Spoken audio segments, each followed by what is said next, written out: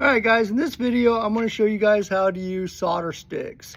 So these things, if you look at them, they have a little piece of solder right there in the middle, and you can melt that solder onto the wire.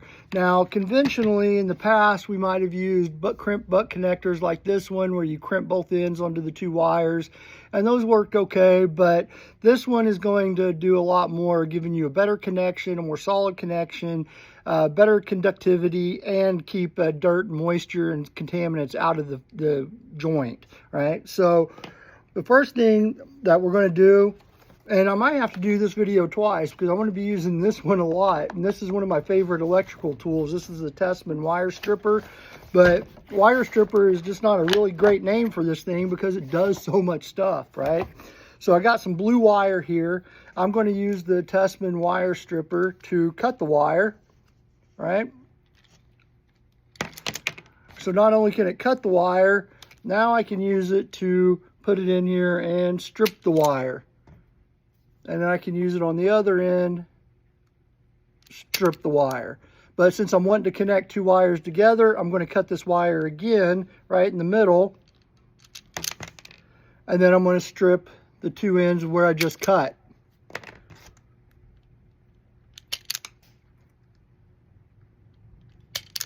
So now you see I got how easy that was to cut and strip that wire with just this one tool. If I was using the old style crimp types, I can see the blue, red, yellow down here at the bottom. I could put my connector in there and I could crimp them. So this thing will cut, strip, and crimp all at once. Great tool. Anyway, that's not the purpose of this video. The purpose of this video is to teach you about the wires, right? So what you want to do is you want to find the right size. So you can see that this wire, if I try to put it in there, it's a little small. The red is for really small wires. You got white for really tiny wires. You got the yellow, is going to fit some large gauge wires. But then you have the blue, which is the size that we need. You can see how it fits in there pretty comfy. Now, when you look at this, you can see that I could push the wire too far. Really important to make sure that the part that you have stripped is right there inside of that solder. And you want to do that with both of them. So I want to take this wire, and I want to put them both right there in that solder together. All right, so that's where I want them.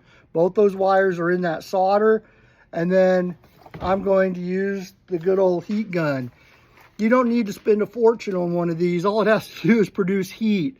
I bought this one at Harbor Freight 10-15 years ago. Still works great.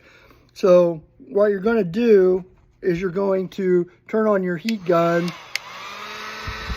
and you're going to put it right there on that solder, and it's going to heat it up, and it's going to melt it. And you can see it's getting pretty hot pretty quick, but I want to get it really hot. I kind of want to move it around a little bit as I do it. And what's also nice is you can see that the plastic that's around it is also shrinking down. So it's a heat shrink built into the solder.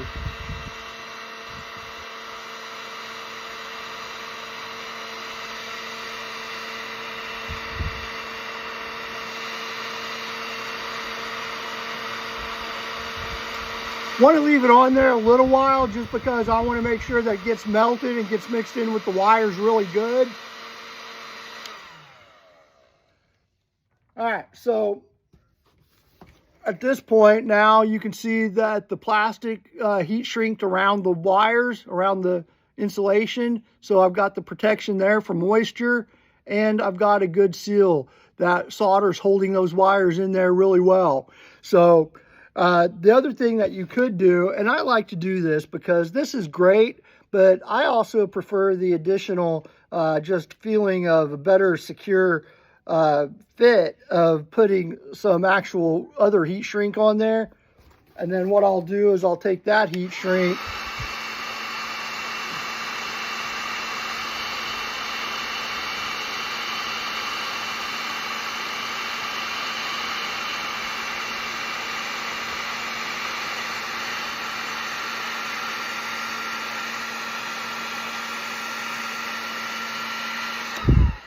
All right, now I've got a wire that looks professionally repaired, right? And it doesn't look like crap, and it's done right.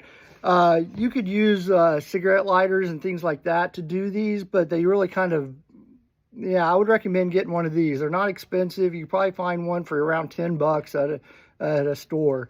But then this is why I like the solder type instead of the butt connector type, is because I have a good seal, it's held together well, and I'm not going to get water or moisture in there to cause a rust or corrosion or contamination. So this is something that if you do any kind of wiring work, I would recommend getting a set of these. They're pretty inexpensive on the TikTok store. Check them out. You won't regret it. These are things that are really good. And don't forget also about the Tessman. Check out my showcase. This tool is awesome. Thank you.